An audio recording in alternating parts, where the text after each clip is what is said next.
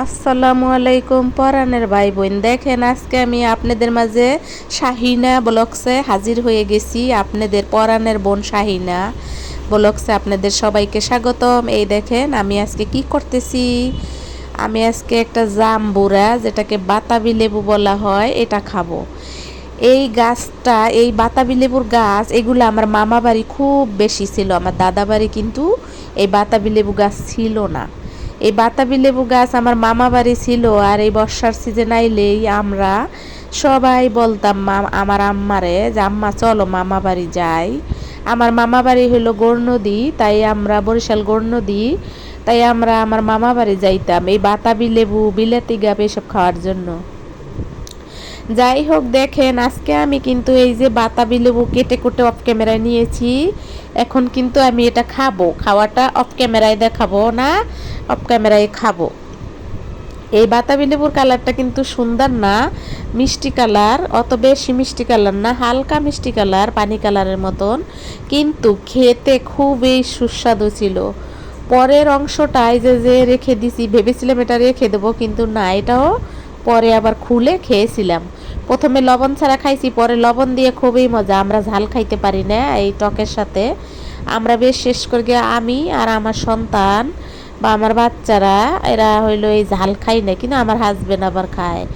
যদিও বাসায় নাই, তাই আমরা এগুলো খেয়ে নিয়েছি। আমি আর আমার বাচ্চা, আমরা দুইজনে মিলে এগুলো খেয়ে নিয়েছি।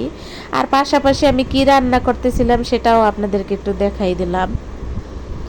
পাশাপাশি কি রান্না করতেছি এটা তো দেখাবো, এটা তো দেখাবো, এটা আমার লাইফের কিছু অংশ, আপনাদেরকে এগুলাই দেখাবো। আজকের ভিডিওটা কিন্তু আসলেই অনেক ছোট, সবাই ধৈর্য সহকারে দেখবেন। আমার পরাণের ভাই বোন দেশ বিদেশ যেখান থেকেই দেখতেছেন, ছোট ছোট করে কমেন্টস করে যাবেন, পাশে থাকা বেল বাটনটি অন করে রাখবেন, এতে করে আমার ভিডিও আপনাদের মাঝে পৌঁছে যাবে।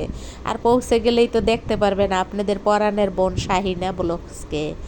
যাই হোক, আপনারা দেখতে থাকেন আর আমি মজা করে এই যে খাচ্ছি। খাইতে খাইতে মনে করেন মনে পড়লো যে একটা বাতাবি লেবুর গাছ আমি নিজে হাতে লাগাইছিলাম আমার বাবার বাড়িতে। সেই বাতাবি লেবু গাছটায় কিছু বাতাবি লেবু হইতো, কিন্তু কিছু বড় হইলেই ঝরে পড়ে যাইতো।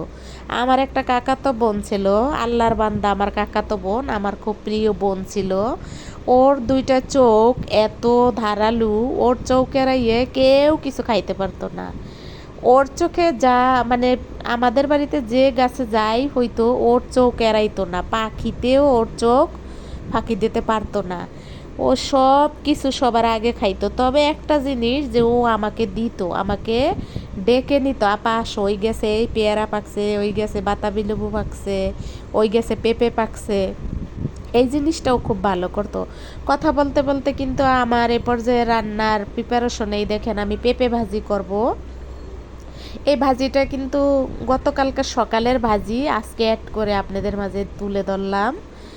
পেঁপে ভাজি আপনারা কে কে পছন্দ করেন অবশ্যই জানাবেন। আমি তো সিম্পল, আমি তো আপনাদেরকে বলছি যে আমি রেসিপি শেয়ার করি না, তারপরও আমার লাইফে যে সিম্পল জিনিসগুলো আমি ছোট ছোট করে ধরে রাখি, যে আমি এভাবে করি, প্রজন্ম যাতে দেখতে পারে আমি মরে গেলে আমি এভাবে পেঁপে কুচি করি।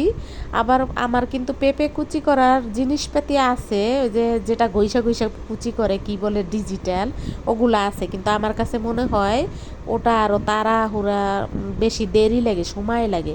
আমি এটা বডি দিয়ে তাড়াতাড়ি কেটে কুটে রান্না করে ফেলে, কারণ আমার লাইফ তো শর্টের ভিতরে চলতে হবে। আমার লাইফে আমি নিজের জন্য যা করি এগুলো সব শর্ট টাইমের ভিতরে আমি সব কিছু করি। যাই হোক, এগুলো আসলে আপনারা অনেকে বুঝবেন, অনেকে বুঝবেন না। আমারে যারা ভালোবাসে, যারা আমাকে সবসময় টাচ করে, তারা আমাকে জানে যে আমি কেমন শর্ট টাইমের ভিতরে কী কী করি। তারপরে বাতাবি লেবুর গল্পেতে আসি। আমার এই কাকাতো বোন এমন সুন্দর করে মরিচ রসুন কী কী যেন দিয়ে তারপরে ভর্তা করতো, পোড়া মরিচ, বোম্বাই মরিচ এসব দিয়ে ভর্তা করতো, যেটাকে নাগা মরিচ বলা হয়।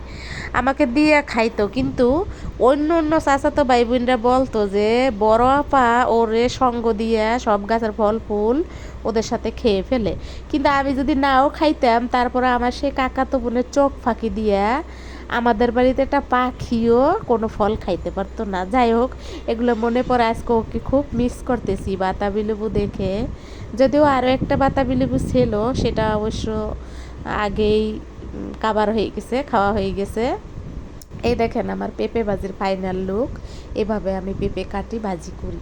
এই পেঁপে ভাজিটা কিন্তু মিষ্টি মিষ্টি লাগছে, যদিও আমি কখনো চিনি অ্যাড করি না, কখনো কোনো কিছুতে, কোনো রান্নায় সুগার দেই না। এই পেঁপেটা মিষ্টি লাগছিল, খুবই ভালো। জাস্ট একটু কাঁচামরিচ আর একটু হলুদ লবণ দিয়ে আমি পেঁপেটা ভাজি করছি, সিম্পল, একদম সিম্পল আমার লাইফে।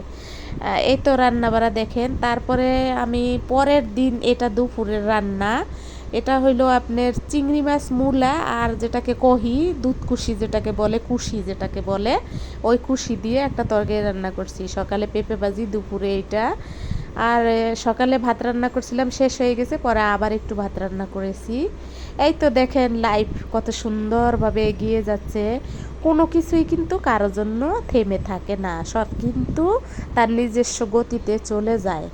অনেক সময় অনেক কষ্ট হয়, অনেক কথা আপনাদের মাঝে শেয়ার করি, বলে ফেলি, আসলে এগুলো ঠিক না, কিন্তু বুঝি। তারপর যখন খুব বেশি কষ্ট হয়, কারোর সাথে তো শেয়ার করতে পারি না, তাই আপনাদের সাথে একটু বক বক বক বক করে সময় কাটাই, আর ব্রেনটা একটু সুন্দর করে ওয়াশ করে ক্লিয়ার করে নিয়ে।